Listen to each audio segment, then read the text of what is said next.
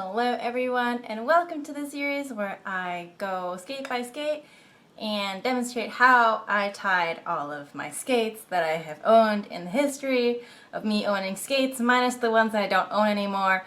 So it's going to be a total of 4 pairs of ice skates and 1 pair of roller skates. So the first pair that I have is this one right here. This is my very first ice skate that I bought at Modell's. It is the BladeRunner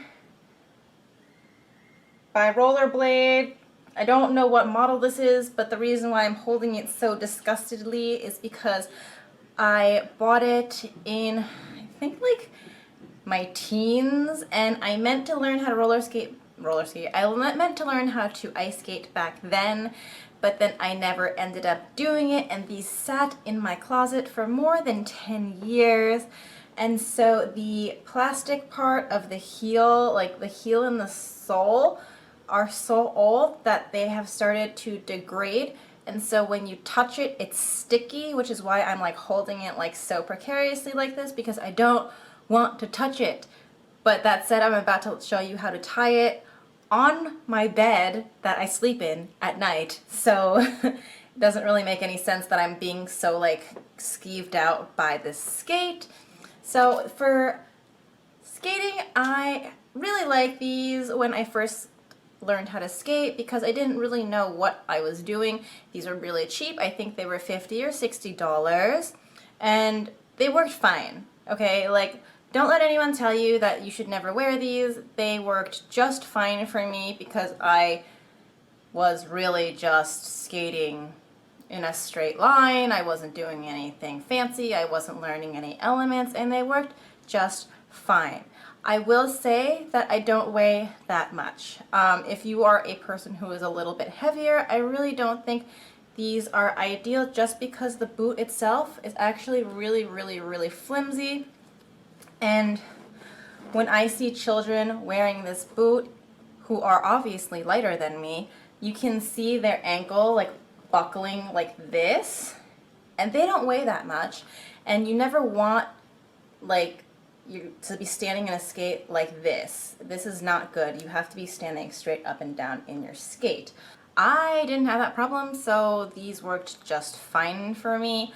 Do I recommend everybody get these as their first skate? No. If you can afford something better, I think that you should. These are actually not that great, but they worked for me, and I own them, and I use them not for very long, unfortunately, but I feel like because I've owned them for over a decade, they are kind of like, they've paid for themselves at this point. So let's get to tying. Alrighty guys, this is the only way I can get you guys in frame. Sorry, my like crotch is in here and I'm wearing some crazy pants, but here we go. So this is the skate. I'm only going to tie on one of each skate because I did fracture my foot, so I don't want to put my fractured foot into an ice skate right now. So what you're going to do is just loosen these laces.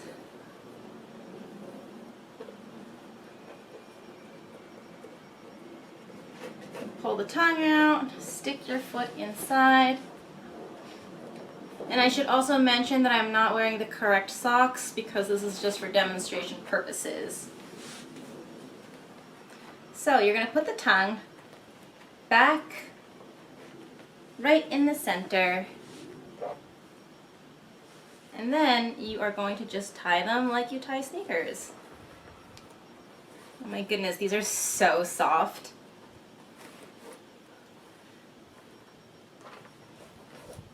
I feel like I should like skate in these to see like what I can do and how I feel about them.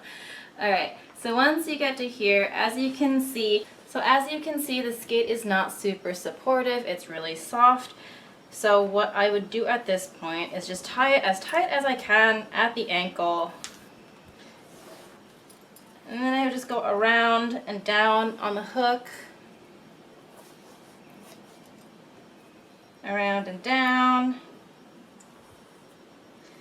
And then for this, because it's so soft right here and I didn't know how to skate at the time, what I would do for the top hook is I would bend forward, or I would flex my foot and then tie the top. And then you have all this extra lace, which is super long. And what I see a lot of people do is they tie it around the skate like this. I really don't suggest doing that, only because it puts strain on the boot, and that's not the right way to tie laces. So if you have extra lace, I would go back down and go back down. Whoops. And tie it.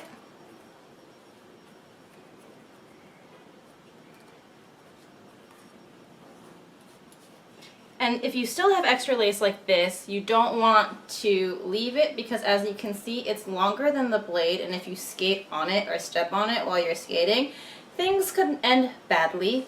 So I would take the rest of the laces with the loop, gather it up, and just stick it into the laces like that.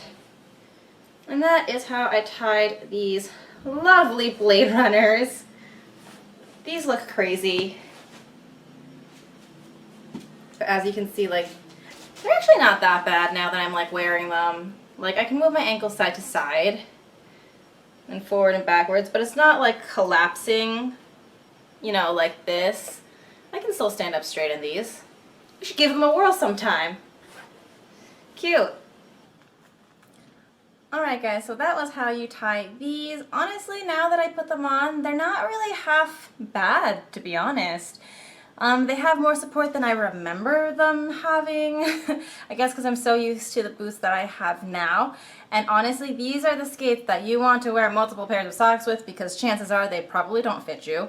And these are the ones that like will seriously cut you in your skating, especially because of the raw edge. The insole inside is actually a Dr. Martens insole that I put in myself.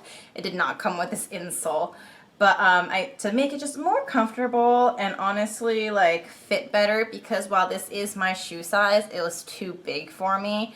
My actual skate size is a size smaller than this one. So the insole definitely did help. So this is the video on how to tie your BladeRunner rollerblade ice skates, or how I tied my BladeRunner rollerblade ice skates, and I hope that this was helpful to anyone out there who was looking for a guide. And until next time, I will see you later. Oh, and the next pair that I'm going to be tying are my Jackson L's, which is the pair that I bought after these. So until next time, I will see you guys later. Bye!